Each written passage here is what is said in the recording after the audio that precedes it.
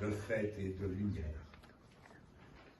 Tout d'abord, il faut, sur le plateau, être bien, à gauche, à droite, côté cour, côté jardin, se mettre en groupe, se déplacer, se retrouver, jouer par 3, à 2 ou parfois isolé, vivre sur scène, suivre les consignes, jouer un rôle, et peut-être parfois essayer d'être drôle, mettre des sentiments, une émotion sincère, s'exprimer avec le corps, la voix, la manière.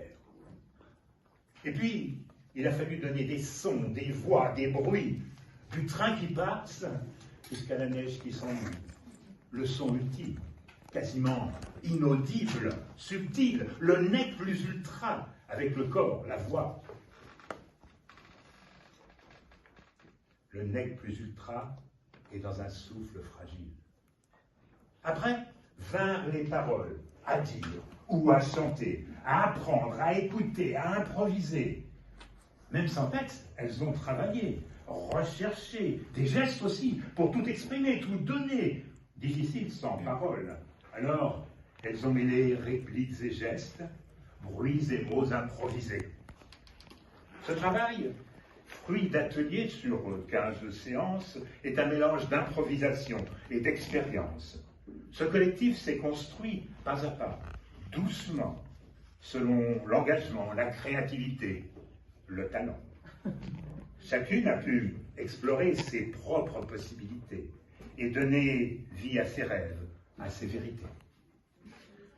Voilà donc 4 femmes influencées par le monde, les réseaux, les modes, les magazines qui abondent, les spiritualités un peu étranges parfois qui bousculent leurs certitudes, leurs croyances, leurs lois. Leur nom évoque Molière, en clin d'œil amusé, et le thème s'intitule « Les influencées ». Femmes dites savantes, parfois un peu délirantes, mais dans leur quête du bien, elles restent touchantes. Elles vous livrent leurs actes, leurs doutes et leurs peurs, sans reproche, avec tendresse, dans un doux bonheur. Cherchant le meilleur dans un monde en tourmente, devant vous, leur cœur se déploie et se présente. Bravo!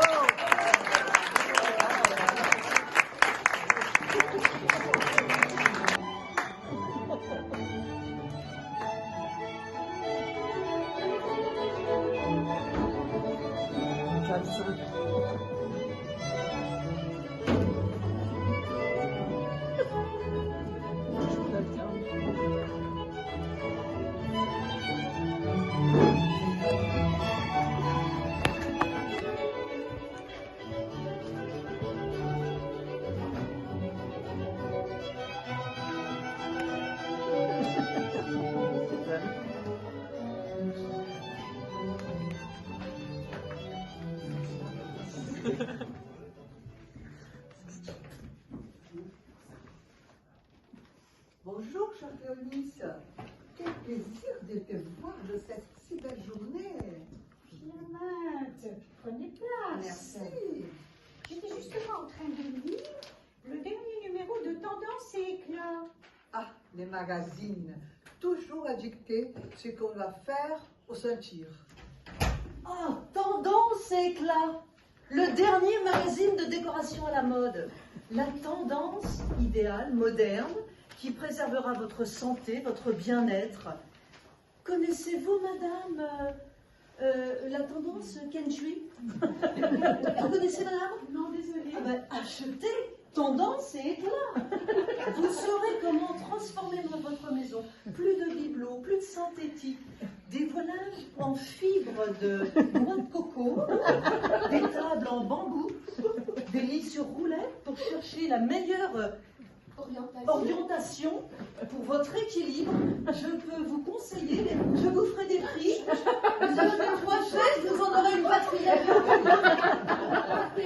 Et je peux vous donner votre numéro. On se voit à la fin. Magazine, bien sûr.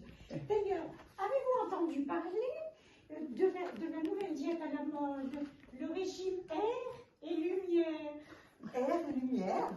Que consomme-t-on exactement? Oh, rien de solide. On se nourrit uniquement des éléments naturels, en respirant profondément et en s'exposant au soleil. Ça explique bien des choses. Et que fait-on de notre santé? Notre santé. Oh, Philomène, toujours si terre à terre. Non, c'est une question de discipline mentale.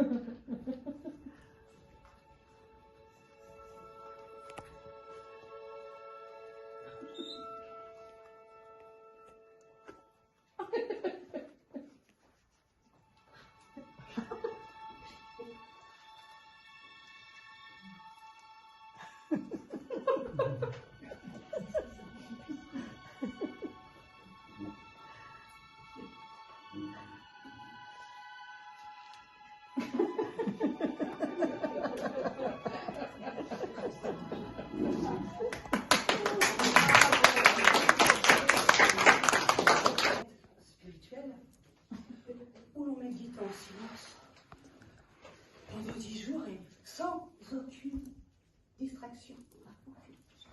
10 jours sans parler? Impossible. Quelques-unes, hein? Très drôle, mais vivement plus Armande. Alors, on y pratique. La méditation. Et on se connecte à son moi intérieur. Et que fait-on de notre moi extérieur? On le laisse.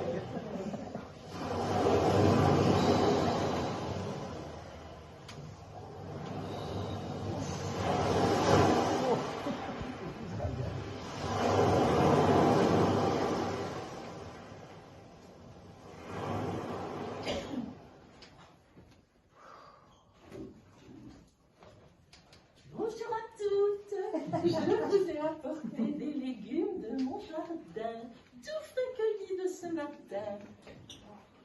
Des légumes? Quelle étrange idée! Bah, toi qui consultes toujours les magazines, tu n'as pas lu que pour être en bonne santé, il fallait manger 5 portions de fruits et de légumes par jour. De plus, les miens, ils sont bio, cultivés avec amour, sans pesticides. Oh, mon Dieu! Enfin, qu'est-ce que c'est que ces régimes d'air et de lumière? Franchement, il n'y a que les gens qui vendent des ampoules et des ventilateurs qui peuvent être contents avec l'air et la lumière. Ah, c'est finalement quelqu'un de sensé. Oh, Merci, Bélise. merci.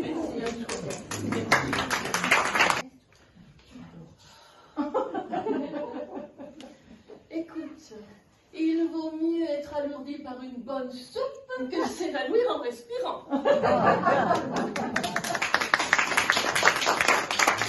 Mes chers amis, ne nous disputons pas. Chacune a sa vérité. Et si nous organisions une soirée pour partager nos expériences? Bonne idée. Moi, je proposerais une séance intellectuelle. Et moi, je proposerais une séance de méditation collective. Et moi, je cuisinerai une ratatouille selon la recette de Seigneur et Alain. Et ça vous réjouira les papilles. Et même Léonie s'appréciera. Parfait. Et parfait, exactement. Et moi, je m'occuperai de la décoration selon les dernières tendances Feng Shui. Ah, ça promet instructif. Oui, super.